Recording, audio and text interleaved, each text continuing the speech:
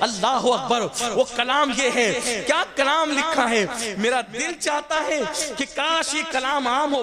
بچہ مسلمانوں کا، سنیوں کا پڑھے۔ کس شان سے لکھا، کہتے ہیں یقین دیکھیں جاتے جاتے نعت کس انداز سے لکھی جا رہی ہے۔ کوئی گل باقی رہے گا نہ چمن رہ جائے گا، کوئی گل باقی رہے گا نہ چمن رہ جائے گا،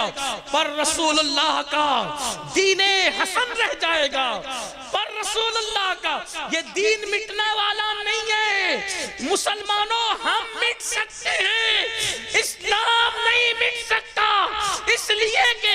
بدر میں نبی پاک نے اپنی انگلی سے نشان بنایا تھا، عتبہ مرے گا، شیبہ مرے گا، یہ مرے گا، وہ مرے گا، لیکن گھوڑوں کی ٹاپوں سے دھول اڑی، اونٹوں کی ٹاپوں سے دھول اڑی، لیکن حضور نے جو نشان بنایا تھا، اونٹ کی ٹاپ بھی، گھوڑوں کی ٹاپ بھی، جنگ کا گرد و غبار بھی، میرے آقا کا بنایا ہوا نشان نہیں مٹا سکے۔ نادان ہے جو اسلام مٹانے چلے ہیں، جب نبی کی انگلیوں کا نشان جنگ کا غبار نہیں مٹا سکتا تو نبی کے لائے ہوئے دین کو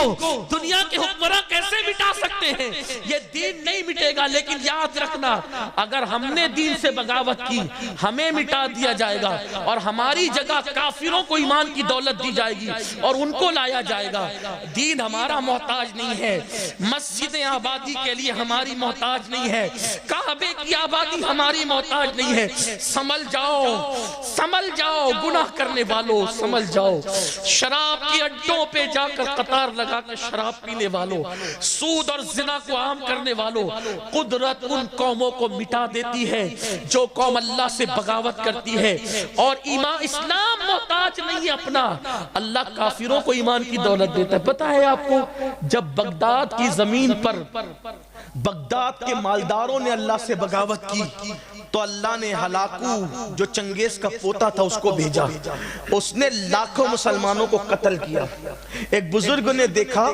وہ کہتے تھے کہ ہلاکو تو جیتے گا ہی جیتے گا، کیوں؟ کیونکہ ہلاکو کے سر پر ولیوں کی روحیں تھی اور وہ کافر کے سر پہ ولیوں کی روحیں تھی، اور وہ کہہ رہی تھی اے کافر ان فاسقوں کو ختم کر،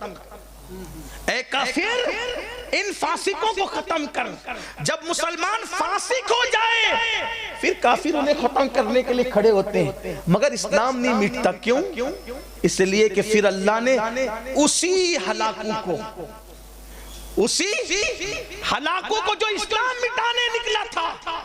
اس کی نسل کو اور اس کی فوج کو اسلام قبول کرنے کی توفیق عطا فرمائی۔ اور اقبال جیسا مفکر بول پڑا، ہے آیا فتنہ تاتار کے افسانے سے، پاسباں مل گئے کعبے کو صنم کھانے سے۔ آپ یہ نہیں سمجھے کہ ہم سے اسلام ہے، نہ، اگر مسجد ویران کرو گے قدرت کافروں کو ایمان دے گا، وہ آباد کریں گے، لیکن آپ نہیں رہو گے، آپ کا وجود ختم ہو جائے گا۔ اگر اپنے وجود کو باقی رکھنا ہے تو نبی کے وفادار بنو، چھوڑ دو گناہ کو۔ گناہ میں عزت نہیں ہے، گناہ میں سکون نہیں ہے، گناہ میں ترقی نہیں ہے۔ گناہ کرنے والی قوم مغرب میں گناہ کر کر کے تھک گئی، وہ گناہ چھوڑ کر اسلام کے دامن میں آ رہے، آپ کا گناہ کی طرف جا رہے ہو، وہ لوٹ آؤ، نبی کے دامن میں لوٹ آؤ، اسلام کے دامن میں لوٹ آؤ، محبت رسول کی طرف لوٹ آؤ، اپنے آپ کو پاک دامن بناؤ۔ ہیرو ہیروئن کی جدائی کے مناظر دیکھ کے رونے والوں، مصلی پہ اللہ کے خوف سے رونا شروع کرو، اللہ کی خشیت سے رونا شروع کرو۔ میرے آقا فرماتے ہیں جو اپنے گناہوں کو یاد کر کے روتے ہیں اللہ میرے ان امتیوں کو بے حساب جنت عطا فرمائے گا، بغیر حساب و کتاب جنت میں جانے۔ اکیلے میں اللہ کے لیے رو، سب کے لیے رونے والوں کبھی رب کے لیے رو کے دیکھو، سب کے لیے آنسو بہانے والوں کبھی مصطفیٰ جان رحمت کی یاد میں رو کے دیکھو۔ جانتے ہیں کافی نے کلام لکھا، کوئی گل باقی رہے گا نہ چمن رہ جائے گا، پر رسول اللہ کا دین حسن رہ جائے گا۔ اطلس و کمخاب کی پوشاک پہ نازا نہ ہو، اطلس و کمخاب کی پوشاک پہ نازا نہ ہو، اس تنے بے جان پر خاکی کفن رہ جائے گا، اس تنے بے جان پر خاکی کفن رہ جائے گا۔ ہم سفیروں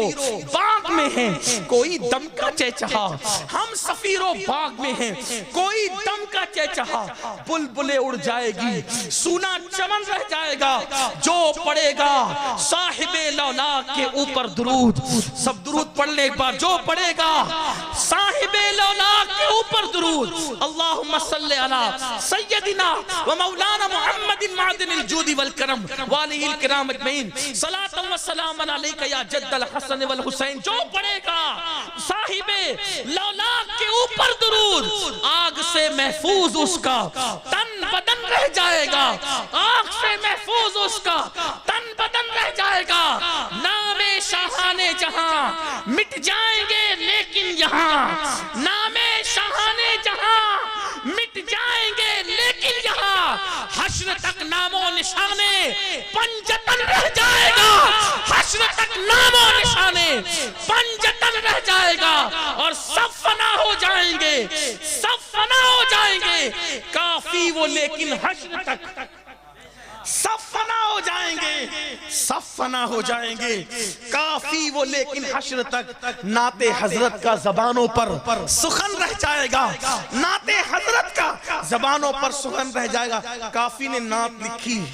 ایک انگریز افسر نے کہا اس کو ایسے نہیں ماریں گے، بڑا کٹر ہے یہ، اس کے بدن پہ پہلے استری چلائی جائے، استری سمجھتے ہیں نا، استری چلائی جائے، آئرن، اس طرح وہ کیسی تھی پتہ ہے، وہ کوئلے کی تھی اس دور میں، لوہے میں اندر کوئلے ڈال کر کے دہکائے گئے، اور حضرت کافی کے بدن پہ استری چلائی جا رہی تھی۔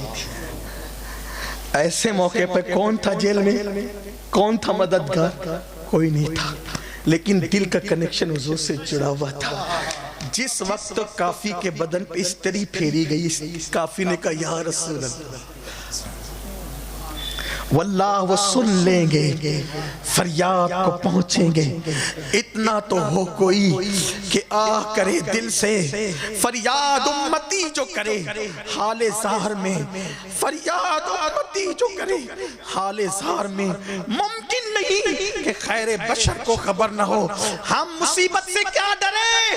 جن کو ایسا آقا ملا ہو کہ جو قیامت کی عذاب سے بچانے کی طاقت رکھتا ہو، کیا وہ دنیا کی مصیبتوں سے نہیں بچا سکتے؟ کوئی ان کا ہو کر تو دیکھے، کوئی ان سے تعلق جوڑ کر تو دیکھے، سب سے رشتہ جوڑنے والے ان سے رشتہ جوڑ کر تو دیکھے، کتنی محبت ہے امت سے۔ جب کافی کے بدن پر استری چل رہی تھی، کافی نے کہا ادرکنی یا رسول اللہ، ادرکنی یا رسول اللہ۔ ادھر استری چل رہی تھی، کافی نے دیکھا سامنے حضور موجود ہے، عالم بیداری میں حضور کا جلوہ دیکھا، سرکار کو سامنے کھڑے ہوئے پایا۔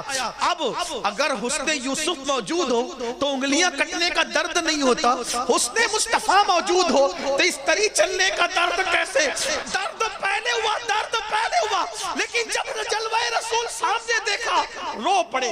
رو پڑے، حضور دیر ہو گئی، حضور دیر ہو گئی، کاش کہ مجھے پہلے معلوم ہوتا کہ بدن پہ استری چلے گی تو آپ تشریف لائیں گے تو اتنی دیر نہ کرتا، یہ استری تو میں بہت پہلے چلوا چکا ہوتا تاکہ آپ کا جلوہ مجھے نظر آ جاتا۔ یہ عاشقوں کی طبیعت ہے، یہ عاشقوں کا اندر، اور جو ایسے عشق کرتا ہے پھر وہ یوں جلوہ دیکھتا ہے۔ آؤ اپنے آقا سے قریب آئیں، تجدید وفا کریں، یہ دنیا کھیل کود ہے، لہو و لعب ہے، دنیا ایک تماشا ہے، ایک خوابگاہ ہے، اپنے آقا سے رشتہ مضبوط کرو۔ یہاں بھی سکون، وہاں بھی سکون، وہاں بھی سکون، قبر میں لہرائیں گے تا حشر چشم نور کے، جلوہ فرما ہوگی جب طلعت رسول اللہ کی۔